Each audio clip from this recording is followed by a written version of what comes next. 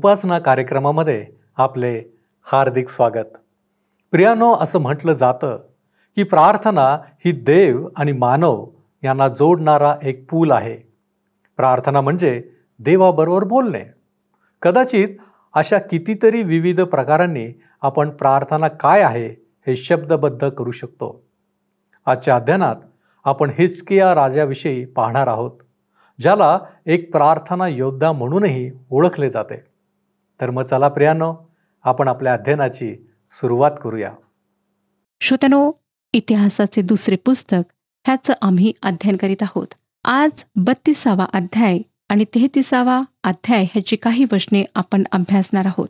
हिजकिया राजा केवळ विश्वासणाराच नव्हता, तर तो प्रार्थना करणाराही होता. व त्याच्या प्रार्थनांविषयी आता आपण 32व्या अध्यायात माहिती पाहणार आहोत. 32व्या अध्यायातील वर्णनावरून असं वाटतं श्रोत्यानो, की परमेश्वराने यहूदाला त्याच्या आशीर्वादाच्या प्रकाशातून संकटाच्या अंधारात जायला लावले. अशूरचा सेनापती सन्हेरीब यहूदावर आक्रमण कराव्यास पुन्हा आला. येरुशलेमवर चढाई करण्याची त्याची तयारी होती व येरुशलेमच्या रहिवाशांना त्याने घाबरून टाकायला सुरुवात केली. 32वा अध्याय पहिलं वचन सांगतं की या गोष्टी घडल्यावर व अशी निष्ठा प्रगट झाल्यावर अशूरचा राजा सन्हेरीब याने येऊन यहूदात प्रवेश केला आणि तटबंदी नगरे जिंकून घ्यावयाच्या हेतूने त्याने त्यासमोर तळ दिला. हिजकियाने जरी शहराच्या भिंती बळकट करायला सुरुवात केली तरी त्याचा भरोसा देवावर होता. त्याने त्याच्या लोकांना देवावर भरोसा ठेवण्याचे प्रोत्साहन दिले. 32वा अध्याय 7 आणि 8 वचन पहा. दृढ व्हा, हिंमत धरा. अशूरचा राजा व त्याचबरोबरचा मोठा समुदाय पाहून घाबरू नका, कचरू नका. त्याच्यापेक्षा आमच्या पक्षाचा जो आहे तो मोठा आहे. मांसमय भुजांचा त्यास आधार आहे. पण आम्हास मदत करावयास व आमच्या लढाया लढावयास आमचा देव परमेश्वर आम्हाबरोबर आहे. यहूदाचा राजा हिजकिया याच्या ह्या बोलण्यावर सर्व प्रजेने भरोसा ठेविला. श्रोत्यानो, यानंतर लोकांचे धैर्य खचविण्यासाठी त्याने काही प्रतिनिधींना पाठवले. लोक घाबरावेत व त्यांचा देवावरचा विश्वास डळमळावा यासाठी त्याने ही गोष्ट केली. 14 आणि 15 वचने पहा काय सांगतात. माझ्या वाडवडिलांनी ज्या राष्ट्रांचा सर्वस्वी संहार केला, त्यांच्या सर्व देवांपैकी आपल्या लोकास माझ्या हातातून बचावणारा असा कोणी देव होता काय? तर तुमचा देव तुम्हास माझ्या हातातून कसा सोडविल? यास्तव तुम्ही हिजकियास असे भुलू व बहकू देऊ नका. त्याच्यावर तुम्ही विश्वास ठेवू नका. माझ्या हातातून व माझ्या वाडवडिलांच्या हातातून आपल्या लोकांचा बचाव करावयाची ताकद कोणत्याही राष्ट्राच्या किंवा राज्याच्या देवात झाली नाही. तर माझ्या हातातून तुमचा बचाव करण्याची तुमच्या देवाला काय ताकद? त्यांचे धैर्य पूर्ण खचविण्यासाठी सन्हेरीबाने पत्रे पाठवलीत. 17वं वचन पुढे सांगतं. इस्रायलाचा देव परमेश्वर याची निर्भत्सना करावी व त्याच्या विरुद्ध बोलावे या हेतूने त्याने पत्रेही पाठविली. त्यात त्याने लिहिले की निरनिराळ्या देशातील राष्ट्राच्या देवांना आपले लोक माझ्या हातातून सोडविता आले नाहीत, त्याप्रमाणेच हिजकियाच्या देवाला आपले लोक माझ्या हातून सोडविता यावयाचे नाहीत. याविषयी राजाचे दुसरे पुस्तक ह्यामध्ये अधिक माहिती नोंदवलेली आहे. जेव्हा हिजकियाला ते पत्र मिळाले तेव्हा तो देवाच्या मंदिरात गेला व त्याने पवित्र स्थानासमोर ते पत्र उघडून ठेवले. त्याची त्यावेळेसची सुंदर प्रार्थना आम्हाला राजाचे दुसरे पुस्तक 19वा अध्याय 14 ते 19 ह्या वचनांमध्ये वाचायला मिळते. खरोखर श्रोत्यानो, हिजकिया एक प्रार्थना योद्धा होता. हिजकियाची यावेळेसची प्रार्थना अतिशय सुयोग्य होती. त्याने मोठमोठे शब्द वापरून आपली प्रार्थना लांबलचक बनवली नाही. त्याने देवावर प्रभाव पाडण्यासाठी सुंदर सुंदर शब्दांची जुळवणूक केली नाही, तर त्याची प्रार्थना मोजक्या व रास्त शब्दांमध्ये मांडलेली विनंती होती. प्रार्थनेविषयी प्रभू येशू ख्रिस्ताने आम्हाला शिकवले आहे की जेव्हा जेव्हा प्रार्थना तू करीतोस तेव्हा तेव्हा आपल्या खोलीत जा व दार लावून घेऊन आपल्या गुप्तवासी पित्याची प्रार्थना कर, म्हणजे तुझा गुप्तदर्शी पिता तुला तिचे फळ देईल. तुम्ही प्रार्थना करिता तेव्हा परराष्ट्रीयांसारखी व्यर्थ बडबड करू नका. आपण पुष्कळ बोललो म्हणजे आपले मागणे मान्य होईल असे त्यांना वाटते. तुम्ही त्यांच्यासारखे होऊ नका, कारण तुमच्या गरजा काय आहेत हे तुमचा पिता तुम्ही त्याच्यापाशी मागण्यापूर्वीच जाणून आहे. नंतर 32वा अध्याय 20वे वचन. यावरून हिजकिया राजा आणि संदेष्टा यशया बिन आमोज या दोघांनी प्रार्थना केली आणि स्वर्गाकडे पाहून धावा केला. श्रोत्यानो, त्याने व यशया भविष्यवाद्याने जी प्रार्थना केली ती परमेश्वराने ताबडतोब ऐकली. हिजकियाने देवावर मदतीसाठी भाव ठेवला व देवाने चमत्कारिकरित्या शहराला सोडविले. यामधून आणखीन एक महत्वाची गोष्ट आम्हाला दिसते की परमेश्वराने त्याची प्रार्थना त्वरित ऐकली. मला बरेच लोक खूपदा सांगतात इथे खूप प्रार्थना करतात, पण परमेश्वर त्यांच्या प्रार्थना ऐकत नाही. ही गोष्ट खरी आहे. त्यांच्या प्रार्थना परमेश्वर ऐकत नाही, कारण तो म्हणतो, उद्धार करवत नाही इतका परमेश्वराचा हात तोकडा झाला नाही, ऐकू येत नाही इतका त्याचा कान मंद झाला नाही, तर तुमचे अपराध तुम्ही व तुमचा देव यांच्यामध्ये 8 भिंतीप्रमाणे झाले आहेत. तुमच्या पातकांमुळे तो तुम्हास दर्शन देत नाही, तुमचे ऐकत नाही.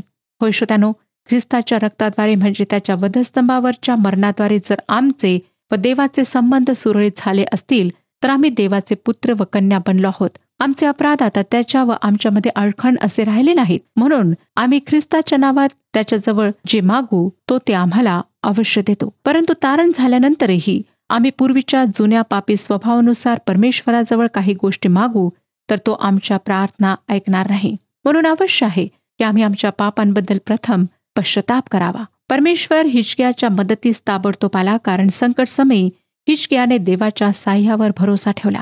21 आणि 22 वचने पुढे सांगतात, मग परमेश्वराने एक दूत पाठविला. त्याने अश्शूरच्या राजाच्या छावणीतील सर्व शूरवीर, प्रमुख व नायक यांचा सप्पा उडविला. तेव्हा तो फजित आपल्या देशी परत गेला. तो आपल्या दैवतांच्या देवळात असता त्याच्या पोटच्याच मुलांनी त्यास तरवारीने मारून टाकले.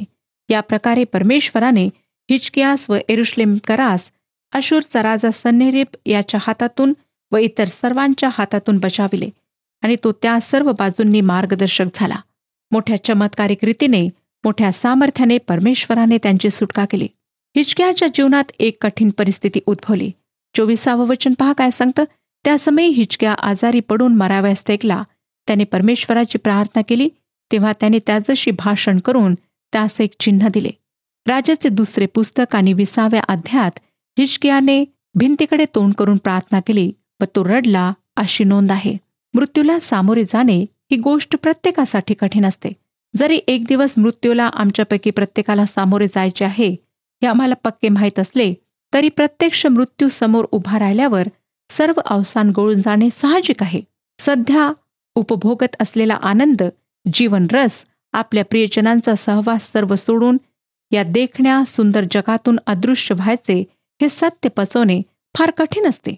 हिजकियाला मृत्यू नको होता. त्याने भिंतीकडे तोंड केले, तो रडला व त्याने देवाला आरोळी मारली. माझा विश्वास आहे श्रोत्यानो, की जेव्हा आम्ही आजारी पडतो तेव्हा आम्ही परमेश्वराकडे प्रार्थनेद्वारे जायला हवे. इतरांना आमच्यासाठी प्रार्थना करण्याची विनंती केली पाहिजे. माझा विश्वासाने आरोग्य मिळते या गोष्टीवर विश्वास आहे. परमेश्वर आरोग्य देण्यास समर्थ आहे. हिजकियाला केवळ परमेश्वरच बरे करू शकणार होता. त्याने प्रार्थना केली आणि देवाला आठवण करून दिली की तो परमेश्वरासमोर नीट चाललेला आहे. शुद्ध मनाने तो वागला आहे. परमेश्वराच्या दृष्टीने जे योग्य ते त्याने केले आहे. त्याची प्रार्थना परमेश्वराने ऐकली.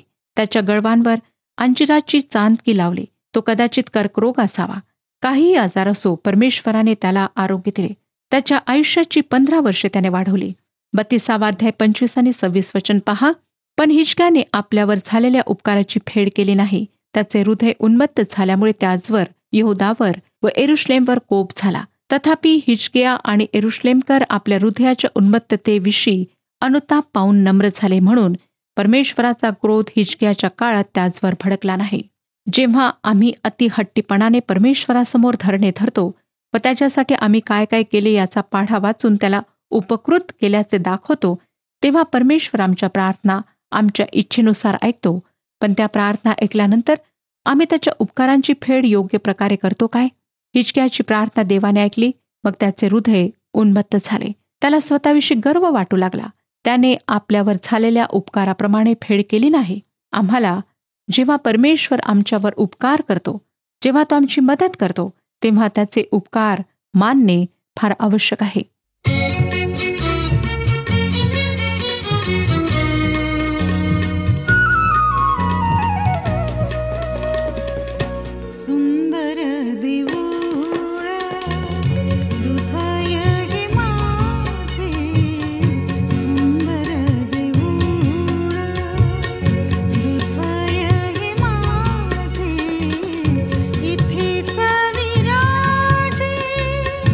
देवा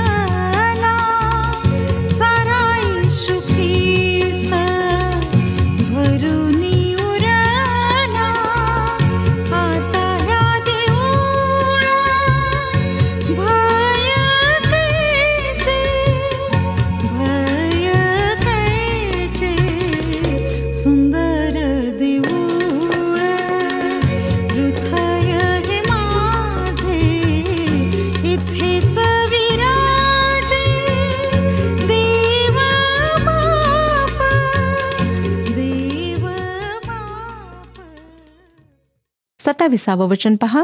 हिजकियास बहुत धन व मान मिळाला. त्याने सोने, रुपे, रत्ने, सुगंधी द्रव्ये, ढाली व नाना प्रकारची चांगली पात्रे यासाठी भांडागारे बनविली. आहाजच्या काळामध्ये यहुदाचे राज्य अतिशय दरिद्री बनले होते, परंतु आम्हाला दिसतं की आता ते चांगले समृद्ध बनले होते. जेव्हा बाबिलोनाचे राजदूत त्याला भेटायला आले, तेव्हा त्याने मूर्खपणा करून आपले सर्व वैभव, आपल्या राज्याची सर्व संपत्ती त्यांना दाखवली. याविषयी आम्हाला राजाचे दुसरे पुस्तक 20 अध्याय 12 ते 19 वचनांमध्ये वाचायला मिळते. या घटनेविषयी परमेश्वराने काय म्हटले ते आपण पाहूया. 32 अध्याय 31 वचन. तरी पण बाबेलच्या अधिपतींनी देशात घडलेल्या चमत्काराविषयी चौकशी कराव्यास वकील पाठविले, तेव्हा त्याची पारख करावी व त्याच्या मनात काय आहे ते जाणावे म्हणून देवाने त्यास सोडिले. श्रोत्यानो, मी आता जे म्हणणार आहे ते भयंकर आहे, परंतु मला वाटतं की हिजकियाच्या मरणाची जी वेळ ठरली होती तेव्हाच त्याने मरणे योग्य होते. परमेश्वराने त्याची आयुष्य मर्यादा लांबविल्यानंतर त्याच्याकडून 3 मूर्खपणाच्या गोष्टी घडल्यात. त्याने त्याचे वैभव बाबिलोनाच्या राजदूतांना दाखविले, जेणेकरून भविष्यामध्ये त्याच्या राज्यावर मोठे संकट येणार होते. दुसरी गोष्ट म्हणजे त्याने ह्या काळात एका मुलाला जन्म दिला. त्याचे नाव मनश्शे. मनश्शे सर्वात दुष्ट राजा बनला. तिसरी गोष्ट म्हणजे त्याने त्याच्या आयुष्याच्या उत्तरार्धात अहंकार बाळगला, जो खरे तर उद्दामपणा होता. त्याचे हृदय गर्वाने भरले. 25 वचन आम्हाला सांगतं, पण हिजकियाने आपल्यावर झालेल्या उपकाराची फेड केली नाही. त्याचे हृदय उन्मत्त झाल्यामुळे त्याचवर, यहुदावर व यरूशलेमेवर कोप झाला. आता आपल्या लक्षात आले असेल श्रोत्यानो, की मी असे का म्हणाले की हिजकिया नेमलेल्या समयी मरण पावला असता तर बरे झाले असते. आपणापैकी कोणी मला प्रश्न विचारेल की जर हिजकिया हे सर्व करणार होता हे देवाला माहीत होते, तर देवाने त्याची प्रार्थना का ऐकली? त्याचे आयुष्य त्याने का वाढवले? श्रोत्यानो, देवाची इच्छा 2 प्रकारची असते. एक परिपूर्ण इच्छा व दुसरी परवानगी देणारी इच्छा. जेव्हा आपण आपली प्रार्थना विनंती त्याच्यासमोर सादर करून म्हणतो, माझ्या नव्हे तर तुझ्या इच्छेनुसार हो, व देवाच्या इच्छेसाठी स्वतःला पूर्णपणे त्याच्या हाती समर्पित करतो, तेव्हा तो आमच्या जीवनात त्याची परिपूर्ण इच्छा पूर्णत्वास नेतो.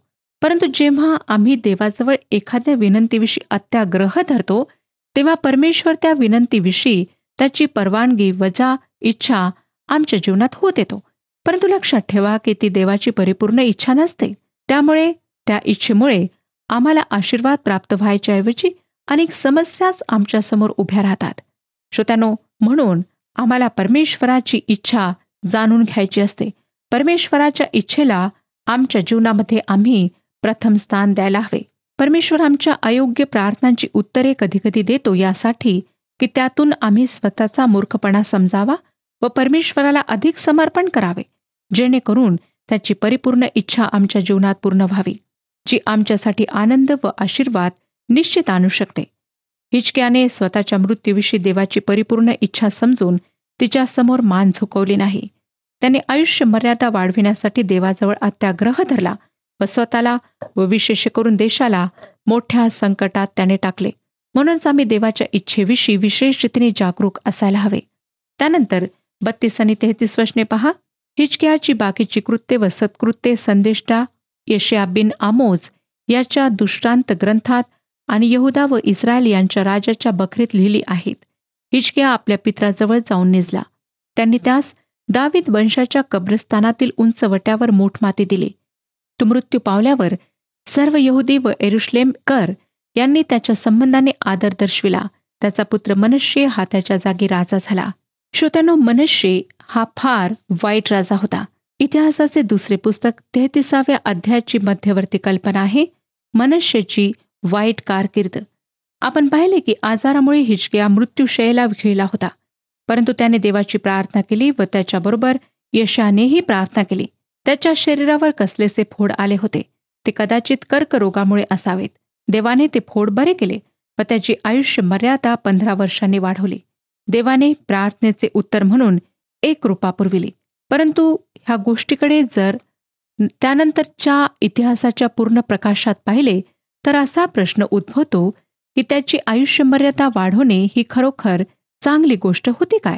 सर्वप्रथम त्या 15 वर्षाच्या काळात हिजकियाने बाबिलोनाच्या राजदूतांना आपल्या देशाचे सर्व वैभव दाखवले. त्यामुळे भविष्यात काही वर्षानंतर बाबिलोनचा राजा नबुखेदनरसाठी देशाचा दरवाजा उघडला गेला व त्याने यरुश्लेम शहर काबीज केले. त्याला इस्रायलाचा सोन्याचा ठेवा कोठे आहे हे माहीत झाले होते आणि ते त्याने बळजबरीने घेतले. इस्रायलातील त्या सोन्याने बाबिलोनला आक्रमण करून ते हस्त करण्याच्या मोहात पाडले. आपले सर्व सोने बाबिलोनाच्या राजदूतांना दाखविण्याचा हिजकियाने खरोखर महामूर्खपणा केला होता. दुसरी गोष्ट आपल्या लक्षात येईल की मनश्शे जेव्हा राजासनावर आला तेव्हा तो फक्त 12 वर्षांचा होता. म्हणजे देवाने हिजकियाची आयुष्य मर्यादा वाढवली. त्या 15 वर्षाच्या कालावधीमध्ये ह्या मुलाचा जन्म झाला. सर्व राजांमध्ये मनश्शे इतका कोणीही दुष्ट राजा नव्हता. श्रोत्यानो, त्याच्या काळात धर्मभ्रष्टता, देवहीनता इतकी कळसाला पोचली की परमेश्वराला हस्तक्षेप करावा लागला. 33 अध्याय 1 आणि 2 वचने पहा. मनश्शे राज्य करू लागला तेव्हा तो 12 वर्षांचा होता. त्याने यरुश्लेमेत 55 वर्षे राज्य केले.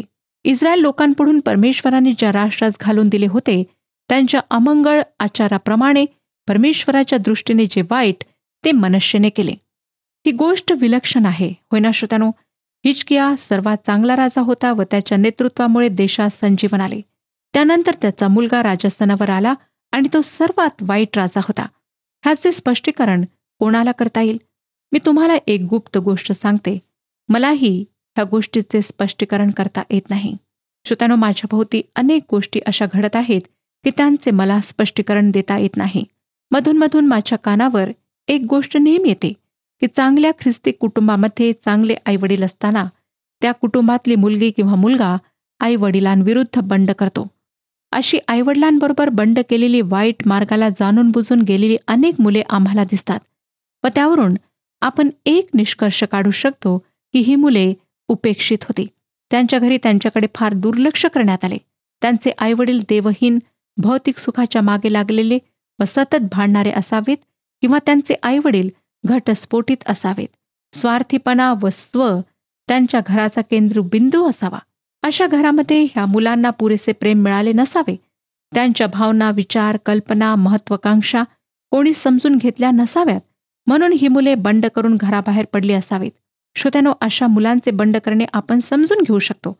परंतु एखाद्या प्रेमळ, चांगल्या ख्रिस्ती आईवडिलांचा मुलगा किंवा मुलगी एकाएकी आपल्या प्रेमळ घरातून बाहेर पडून बाहेरच्या बंडखोर मुलांच्या टोळीत कसा सामील होऊ शकतो, ह्याचे स्पष्टीकरण मला देता येत नाही. मी 2 कारणे देऊ शकते, पण ती फारशी सबळ नाहीत. पहिले स्पष्टीकरण किंवा कारण असे आहे की तरुण मुलांवर त्यांच्या भोवती असलेल्या इतर तरुण मंडळीचा प्रभाव पडतो आणि सर्व तरुण मंडळी आयुष्याच्या एका अशा काळातून जातात की तेव्हा त्यांना आपले आईवडील मूर्ख आहेत असे वाटते. एका तरुण देवाच्या सेवकाने मला अशाच अर्थाचा त्याचा स्वतःचा अनुभव सांगितला. जेव्हा तो महाविद्यालयीन शिक्षणासाठी परगावी गेला त्यावेळेस त्याला त्याच्या वडिलांची फार लाज वाटत होती. परंतु त्यानंतर त्याने जीवनातले कठीण अनुभव घेतले, काही समस्यांना तोंड दिले व नंतर थोड्या दिवसांसाठी तो घरी आला तेव्हा त्याला जाणीव झाली की त्याचे वडील काहीसे मूर्ख वाटले तरी त्यांनी त्यांचे जीवन सुरळीत ठेवले होते. कुटुंबाची आर्थिक घडी व्यवस्थित बसून कुटुंबासाठी एका सुंदर घराचीही तरतूद त्यांनी केली होती. ह्या तरुणाला ह्या गोष्टीचे नवल वाटले की त्याच्या गैरहजेरीच्या मोजक्या वर्षांमध्ये त्याच्या वडिलांनी एवढी सुज्ञता कशी मिळवली. मला वाटतं श्रोत्यानो की सर्व तरुण मंडळी ह्या पर्वातून जाते आणि त्यांच्या सहवासात येणाऱ्या बंडखोर तरुणांच्या वागण्याचा, विचारांचा त्यांच्यावर प्रभाव पडतो. हे एक कारण आहे. मी एका गोष्टीची विशेष नोंद घेतली आहे की जे तरुण ख्रिस्ती कुटुंबातून बंड करून बाहेर पडतात, विशेषतेने जे देवाच्या सेवेमध्ये आहेत, त्यांची जी मुले बंडखोर वृत्तीने घराबाहेर पडतात ते एक दिवस देवाकडे परत वळतात. आणि या ठिकाणी ज्या राजाचा, मनश्शेचा आम्ही अभ्यास करीत आहोत तो या गोष्टीचे उदाहरण आहे. मनश्शेचा काळ कल्पनेपलीकडे वाईट होता. माझे असे ठाम मत आहे श्रोत्यानो की मंदिरामध्ये देवाचे जे शकेना गौरव होते ते गौरव आता मंदिर सोडून निघून गेले. एहेस्केल भविष्यवाद्याने पाहिले की देवाचे शकेना गौरव मंदिरातून काढण्यात आले, ते परमपवित्र स्थान सोडून निघून गेले. ह्याचे कारण म्हणजे लोकांचे पाप व त्यांचा बंडखोरपणा. ते यरुश्लेमेच्या भिंतीकडे निघून गेले व तेथे थांबले. तरीही लोक देवाकडे माघारी वळले नाहीत. त्यानंतर देवाचे शकेना गौरव जैतुनाच्या डोंगराकडे जाऊन तेथे घुटमळले. तरीही लोकांनी देवाकडे माघारी येण्यासाठी काहीच हालचाल केली नाही. आणि त्यानंतर ते स्वर्गाकडे परत निघून गेले. मंदिराच्या दाराच्या उंबऱ्यावर लिहिण्यात आले, इखाबोद म्हणजे गौरव निघून गेले आहे. त्यांचे देवाचे घर आता विरान बनले होते. मला ह्या गोष्टीची अजिबात कल्पना करवत नाही. जेथे देव व मनुष्य यांचे भेटण्याचे ठिकाण होते व जेथे देवाचे गौरव होते, ती जागा आता विरान झाली होती. देव जेथे नाही ती जागा किती भयान, उदासीन, एकाकी व शोकास्पद होते ह्याची कल्पनाच न केलेली बरी. काही तज्ज्ञांच्या मते देवाचे शकेना गौरव इस्रायली लोकांच्या बंदिवासाच्या काळात मंदिर सोडून गेले. परंतु मला हे मत अचूक वाटत नाही. जर मनष्येच्या काळामध्ये देवाचे शकेना गौरव मंदिर सोडून गेले नाही, तर मला तरी इस्रायलाच्या इतिहासामध्ये एकही असा काळ दिसत नाही श्रोत्यानो, की ज्यामुळे देवाच्या शकेना गौरवाला मंदिर सोडून जावे लागले. मला वाटतं की ते गौरव निघून जाण्याचा हाच मनुष्याच्या कारकिर्दीचाच काळ होता. या माणसाने किती वर्षे राज्य केले पहा. त्याने यरुश्लेमेत तब्बल 55 वर्षे राज्य केले. त्याने इतर कोणत्याही राजापेक्षा अधिक काळ राज्य केले. दावीद, शल्मोन एवढेच काय तर हिजकियापेक्षाही जास्त काळ त्याने राज्य केले. याचे कारण म्हणजे परमेश्वर दयाळू आहे. तो सहनशील आहे. कोणाचा नाश व्हावा अशी त्याची इच्छा नसते. देवाजवळ पुष्कळ वेळ आहे श्रोत्यानो. चिरंतन वेळ त्याच्याजवळ आहे. तो स्वतः अनादि अनंत आहे. त्याला कशाचीही घाई नाही. असं समजू नका श्रोत्यानो की तुम्ही देवाला घाई करू शकता, त्याला हलवू शकता. काही लोक असं म्हणतात की तुम्ही थेट देवाकडे गेलात तर तो हालचाल करू लागेल. श्रोत्यानो, तुमच्या प्रार्थनांमुळे देव कार्य करेलही किंवा करणारही नाही. तो त्याला आवश्यक असलेला वेळ निश्चित घेईल. त्याला कशाचीही घाई नाही. तो मनुष्याला माघारी परत येण्यासाठी भरपूर वेळ देणार होता. इतिहासाच्या पुस्तकात देवाचा दृष्टिकोन देण्यात आला आहे. राजाचे दुसरे पुस्तक 21व्या अध्यायामध्ये मनुष्याच्या वाईट कृत्यांची नोंद करण्यात आली आहे. इतिहासाचे दुसरे पुस्तक 33वा अध्याय 2 आणि 3 वचने. इस्रायल लोकांपुढून परमेश्वराने ज्या राष्ट्रास घालून दिले होते त्यांच्या अमंगळ आचाराप्रमाणे परमेश्वराच्या दृष्टीने जे वाईट ते मनुष्याने केले. त्याचा बाप हिजकिया याने उच्च स्थाने काढून टाकली होती ती त्याने पुन्हा बांधिली. बाल मूर्तीसाठी वेद्या बांधून त्याने अशेरा मूर्ती केल्या. त्याप्रमाणेच तो नक्षत्र गणांची पूजा करीत असे. श्रोत्यानो, त्याने मोठ्या प्रमाणावर मूर्तीपूजा केली. तो अहाब व इस्बेल यांच्या इतका वाईट होता व त्यांच्यासारखे त्यानेही बाल देवताची पूजा केली. 4 आणि 5 वचने पहा. परमेश्वराने ज्या आपल्या मंदिराविषयी म्हटले होते की यरुश्लेमेत माझे नाम चिरकाल राहील, त्यात त्याने वेद्या बांधिल्या. परमेश्वराच्या मंदिराच्या दोन्ही अंगणात त्याने नक्षत्रगणांसाठी वेद्या बांधिल्या. त्याने आपली मुले हिन्नोम पुत्राच्या खोऱ्यात अग्नीत होम करून अर्पिले. तो शकून मुहूर्त मानित असे, जादूटोणा व मंत्रतंत्र करीत असे आणि भूत, वैद्य व चेटकी याजशी संबंध ठेवीत असे. परमेश्वराच्या दृष्टीने वाईट असे पुष्कळ करून त्याने त्यास संताप आणला. त्याने थेट देवाच्या पवित्र मंदिराच्या आत आकाशातल्या सैन्याची उपासना सुरू केली. त्या परिसरातले दैव, ज्युपिटर, मर्क्युरी, व्हीनस, आकाशातले तारे यांची त्याने पूजा सुरू केली. दुसऱ्या शब्दात त्याने कुंडली शास्त्राची तिथे स्थापना केली. श्रोत्यानो, ही गोष्ट अत्यंत खेदाची आहे की आमच्या समाजात सुद्धा कुंडली शास्त्राला प्रोत्साहन दिले जाते. आजकाल कुंडली जाणणे हा एक मोठा व्यवसाय होऊन बसला आहे. काही लोक म्हणतात की गंमत म्हणून कुंडली जाणायला काय हरकत आहे. परंतु बहुतांशी लोक गंमत म्हणून नाही तर गंभीरपणे कुंडली जाणतात. त्यांचा देवापेक्षा कुंडली शास्त्रावर अधिक विश्वास असतो. मला समजत नाही श्रोत्यानो की बुद्धिमान लोक कुंडली शास्त्रावर का विश्वास ठेवतात. एका मुलीने एकदा टीव्हीवर मुलाखत देताना तिची रास कन्या आहे असे सांगितले. तिने 4-5 वेळा लग्न केले होते व तिचे अनेक जणांबरोबर विवाह बाह्य संबंधही होते. ह्या गोष्टीवर ती कन्या होती असं मला वाटत नाही. आणि तिचा विश्वास होता की अमुक अमुक तारा अमुक अमुक ताऱ्याला जर ओलांडून गेला तर ती तिच्याकरिता फार महत्वाची वेळ आहे. हे फार विलक्षण आहे की आमच्या दिवसात सुद्धा अनेक लोक नक्षत्रांवर विश्वास ठेवतात. मनुष्याला ज्योतिष शास्त्रामध्ये फार रुची होती. देवाच्या मंदिराच्या दोन्ही अंगणात त्याने आकाशातल्या सैन्यासाठी वेद्या बांधल्या. 7 ते 11 वचने सांगतात, आपण केलेली कोरीव मूर्ती त्याने परमेश्वराच्या मंदिरात ठेवली. ह्या मंदिराविषयी दावीद व त्याचा पुत्र शल्मोन यास परमेश्वर म्हणाला होता की हे मंदिर आणि इस्रायलच्या सर्व वंशातून निवडून घेतलेले यरुश्लेम यात मी आपले नाम निरंतर ठेवीन. मी त्यास ज्या आज्ञा दिल्या होत्या आणि माझा सेवक मोशे याने त्यास जे धर्मशास्त्र विहित केले होते ते सर्व मान्य करून ते पाळीतील, तर जो देश इस्रायल लोकांच्या पूर्वजास दिला आहे तेथून ते भटकतील असे मी करणार नाही. मनुष्याने यहुद्यास व यरुशलेम करास एवढे भकविले की परमेश्वराने इस्रायलापुढून ज्या राष्ट्रांचा नाश केला होता त्यांच्याहूनही अधिक दुराचार त्यांनी केला. परमेश्वराने मनश्शे व त्याचे लोक यांची कान उघाडणी केली, पण त्यांनी पर्वा केली नाही. श्रोत्यानो, अशा प्रकारे मनुष्याने परमेश्वराच्या विरुद्ध कार्य केले. देशाचा पुढारी, आध्यात्मिक पुढारी जर देवाकडे पाठ फिरून चालला तर त्याच्या मागे संपूर्ण देश परमेश्वरापासून दूर जातो. मनुष्याने तर विधर्म्यांवरही मात केली. हट्टीपणा करून त्याने देवाचे ऐकले नाही. मला खात्री आहे की आजच्या अध्ययनाद्वारे परमेश्वर आपणाशी बोललेला आहे. परमेश्वर आपणा सर्वांस आशीर्वाद देव. हा कार्यक्रम आपणास आवडला काय? आता आम्हाला एक मिस कॉल करा आणि आपण पुढील विजेता होऊ शकता.